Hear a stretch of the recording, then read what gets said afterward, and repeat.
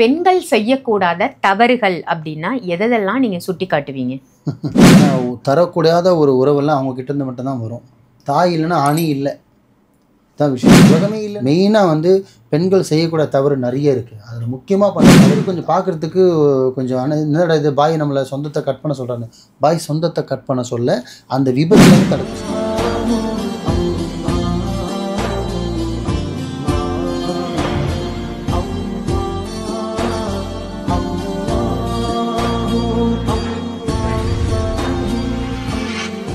மருஜன்ம நேயர்கள் அனைவருக்கும் அன்பான வணக்கங்கள். புழல் காவாங்கரை எம்எம் டவர்ஸ்ல இருக்கக்கூடிய மாலிக் பாய் அவர்களை தான் சந்திக்க வந்திருக்கோம். வணக்கம் பாய். வணக்கம்மா. பாய், இன்னைக்கான டாபிக் வந்து பெண்களை பத்தின டாபிக் தான். பெண்கள் செய்யக்கூடாத தவறுகள் அப்படின்னா எதெல்லாம் நீங்க சுட்டி காட்டுவீங்க? பெண்கள் செய்யக்கூடாத தவறுகள் வந்து பார்த்திங்கன்னா, பெண்கள்ன்றதை வந்து ஒரு பொக்கிஷன்னு சொல்லலாம், ஒரு நல்ல விஷயம்னு சொல்லலாம். ஏன்னா தரக்கூடாத ஒரு உறவெல்லாம் அவங்க கிட்டேருந்து மட்டும்தான் வரும். தாய் இல்லைன்னா அணி இல்லை தான் விஷயம். உலகமே இல்லைன்னு வச்சுங்களேன். ஆனால் அந்த பெண்கள் கிட்ட வந்து பார்த்திங்கன்னா சில மைனஸும் இருக்குது, சில ப்ளஸ்ஸும் இருக்குது. சரிங்களா? மைனஸ்ஸு நம்ம எதுவும் சொல்லி காட்ட வேணாம், ப்ளஸ்ஸை நம்ம சொல்லி காட்ட வேணாம். மைனஸ்ஸு சில பார்த்திங்கன்னா 2-3 விஷயம் முக்கியமான விஷயங்கள் இருக்குது. இதனால் பார்த்திங்கன்னா அவங்களுக்கு குடும்பமும் பாதிக்கும், ஹெல்த் வைஸும் பாதிக்கும், உடல் பாதிப்பும் வரும். சொல்கிறீங்களா? ப்ளஸ்ஸு வீட்டில் வருமானம் பாதிப்பு வரும், கண் திருஷ்டி வரும், வீட்டு தேவையில்லாத தோஷங்கள் அதிகமாகும். இந்த மாதிரி விஷயம்லாம் இருக்குது. அது என்னன்னு பார்த்தீங்கன்னா, முக்கியமானது பார்த்திங்கன்னா, ஒரு குறிப்பிட்ட ஏஜ் 13-14 வயசு ஏஜ் ஃபஸ்ட்டு அட்டன் பண்ணதுக்கப்புறம் ஆஃப்டர் மேரேஜோ பிஃபோர் மேரேஜ் எது ஒன்றா எடுத்துகிட்டு போட்டோம். ஆனால் ஏஜ் அட்டன் பண்ணுற வரையும் அந்த குழந்தை வந்து அது குழந்தை. அது எங்கே வேணால் போகலாம், எங்கே வேணால் வரலாம், ரோட்டுக்கு விளையாடலாம், வீட்டில் விளையாடலாம், மொட்டை மாலை விளையாடலாம், பக்கத்து வீட்டுக்கு போகலாம், யார் வீட்டு உள்ள போகலாம், யார் வீட்டிலேருந்து வெளியில் வரலாம், என்ன வேணாலும் பண்ணலாம். அது வந்து என்ன சொல்கிறது, கோட்பாடுக்குள்ளே வரல. குறிப்பிட்ட ஏஜுக்கு அப்புறம் ஏஜ் அட்டன் பண்ணிட்டாங்கன்னா அவங்களுக்கு சில விதிமுறை இருக்குது.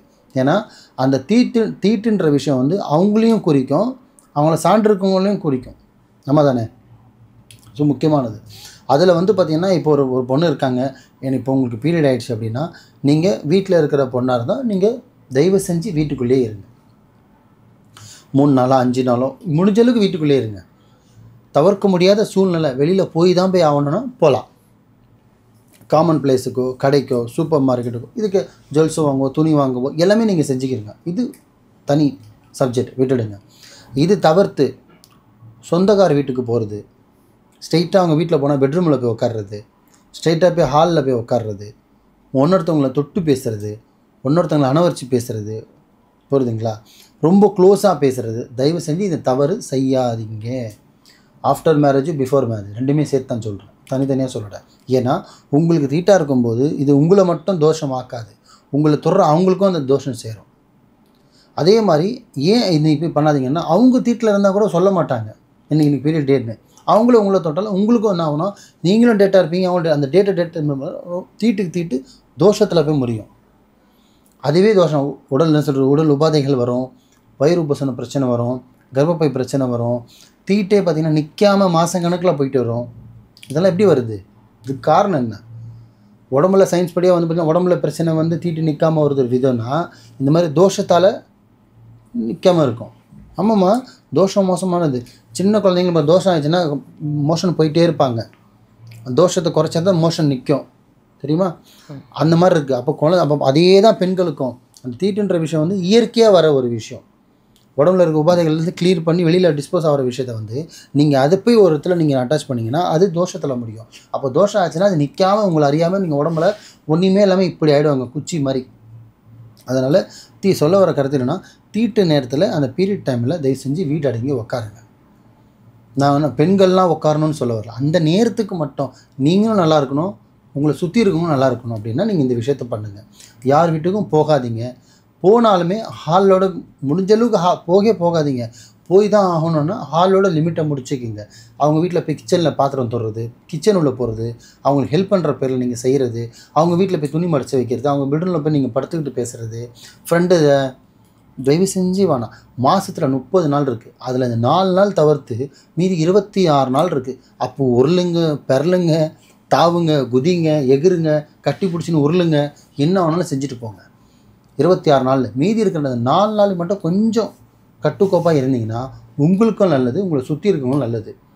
தோஷத்தை தடுக்கலாம், தீட்டை தடுக்கலாம், தரித்திரத்தை தடுக்கலாம், புரியுதுங்களா? உடல் உங்களுடைய ஹெல்த் வைஸாக நல்லாயிருக்கும். ஆத்மான்ற விஷயம், சைத்தான், ஜின்னு, காட்டேரி, இந்த விஷயத்தை எல்லாத்துலையும் நீங்கள் தடுத்து இருக்கலாம். மெயினாக வந்து பெண்கள் செய்யக்கூட தவறு நிறைய இருக்குது. அதில் முக்கியமாக பண்ணுற தவறு இது தான். தங்கச்சி வீடு தானே, அக்கா வீடு தானே, அசால்ட்டாக போய்ட்டு படுத்துடுறது. அம்மா வீடு தானே, என் வீடு தான். உங்கள் வீடுன்றது நீங்கள் வேறு. அதே மாதிரி நீங்களும் இப்போ தவறு செய்யாதீங்க. அவங்களும் உங்கள் வீட்டுக்கு வந்தாங்கன்னா முடிஞ்ச அளவுக்கு டைரெக்டாக அவங்களால கேட்க முடியலன்னா இன்டைரக்டாவது நீங்கள் அவங்ககிட்ட கேட்டு அப்படின்னா அந்த லிமிட்டோடு நீங்கள் அவங்கள கட் பண்ணிவிடுங்க. முடிஞ்ச அளவுக்கு உள்ளே சேர்க்காதீங்க அந்த நேரத்தில். அப்படி இல்லை போய் சேர்த்து தான் அவன்ற தருணம் இருந்ததுன்னா கேட்டு என்ன பண்ணுறீங்கன்னா பூஜை அறைக்கு, கிச்சனில் போய் வேலை செய்கிறது அவாய்ட் பண்ணுவீங்க. பூஜை அறையில் அவாய்ட் பண்ணாதீங்க, பெட்ரூமில் அவாய்ட் பண்ணாதீங்க, உங்களோட கட்டிலில் அவங்கள அவாய்ட் பண்ணாதீங்க, சோஃபாவோடு முடிச்சிடுங்க. இது வந்து கொஞ்சம் பார்க்குறதுக்கு கொஞ்சம் என்னடா இது பாய் நம்மளை சொந்தத்தை கட் பண்ண சொல்கிறாங்க. பாய் சொந்தத்தை கட் பண்ண சொல்ல அந்த விபத்துலேருந்து தடுக்க சொல்கிறேன். ஏன்னா சில பேருக்கு வந்து டைம் சரியில்லாமல் தீட்டெலாம் இருந்துச்சுன்னா உருட்டி பரட்டி எடுத்துருவோமா, சாப்பாடுக்கு கூட வழி இல்லாமல் நம்ம ரோட்டில் வந்து நிற்கிற மாதிரி நிலமெல்லாம் வரும். அதனால் முடிஞ்ச அளவுக்கு இந்த தீட்டுன்ற நேரத்தில், அதுவும் இந்த கன்னிக்கு ஒரு ஏஜ் அட்டன் பண்ணாத என்ன சொல்கிறது, மேரேஜ்க்கு முன்னாடி ஒரு குழந்தை பாப்பா இருக்காங்க, அவங்க தீண்டு இருக்காங்கன்னா முடிஞ்ச அளவுக்கு அதுக்கு தான் பார்த்தீங்கன்னா இந்த பீரியட் ஆகிடுச்சினாலே பார்த்தீங்கன்னா 4 நாளைக்கு வீட்டை விட்டு கிச்சனில் பல ஆளுங்களாம் பார்த்துருக்கீங்களா, கிச்சனில் போய் கை வைக்கக்கூடாது, ஸ்டவ்வை தொடவக்கூடாது, பாத்திரத்தை தொடவக்கூடாது, ஆம்பளை கிட்ட நின்று பேசக்கூடாது, 4 நாளைக்கு தூரமாக இருக்கணும். அதுக்கப்புறம் தான் நீ குளிச்சதுக்கப்புறம் தான் நீ உள்ளே வரணும்வாங்க. ஆமாம் ஆமாம். அந்த மாதிரி இருந்தவங்களாம் இன்றைக்கி 70 வயசு 90 வயசு 95 வயசு வரை வாழ்ந்துருந்தாங்க. ஏன்னா அவங்க அந்தளவுக்கு கட்டுக்கோப்பாக இருந்தாங்க. இப்போ அதெல்லாம் கிடையாது. அதனால் எல்லாம் 25 30 35 40 45 தாண்டுறது பெரிய விஷயமா இருக்கட்டும், ஆணாக இருக்கட்டும் பெண்ணாக இருக்கட்டும். அந்த காலத்தில் சொன்ன விஷயம் எல்லாமே இப்போ நீங்கள் திருப்பி கடைப்பிடிக்க ஆரம்பிச்சிங்கன்னாமா நல்ல ஆரோக்கியமாக நல்ல லைஃபோட நல்ல ஹெல்த் லைஃபோடு நீங்கள் வாழலாம். உணவுலேயும் சரி, உடையிலையும் சரி, உணர்வுலையும் சரி கட்டுக்கோப்பாக நீங்கள் இருந்தீங்கன்னா செய்ய வேண்டிய விஷயத்தை எல்லாமே நீங்கள் தடுத்துட்டு, பெண்ணாக இருக்கட்டும் ஆணாக இருக்கட்டும் இதுதான் செய்யணும், செய்யக்கூடாத மாதிரி நீங்கள் ஃபாலோ பண்ணிவிட்டு, முக்கியமாக இந்த தீட்டுன்ற விஷயத்த உங்களையும் பாதிக்கும் மற்றவங்களையும் பாதிக்கும். தயவு செஞ்சு சொல்கிற மக்கள் எல்லாமே சகோதரிகள், எல்லாம் எனக்கு அம்மா மாதிரி தான், என்னோடய தங்கச்சி மாதிரி தான். உங்கள் நல்லதுக்கு சொல்கிறேன். இந்த நேரத்தில் முடிஞ்ச அளவுக்கு யாரையும் சேர்க்காதீங்க, நீங்களும் யார் வீட்டுக்கு போகாதீங்க. அவ்வளோதான் சொல்ல வருவேன். மற்ற பெண்கள் எந்த தப்பும் செய்கிறதில்ல. நிறைய பெண்கள் ஏமாற தான் செய்கிறாங்க, தவிர ஏமாற்றதில்லை. சரிங்களா? சில பெண்கள் தான் ஏமாத்துறாங்க, ஆனால் நிறைய பெண்கள் ஏமாறுறாங்க. ஸோ இதுவும் நீங்கள் கொஞ்சம் கடைப்பிடிச்சிங்கன்னா உங்கள் லைஃப்பும் நல்லாயிருக்கும்.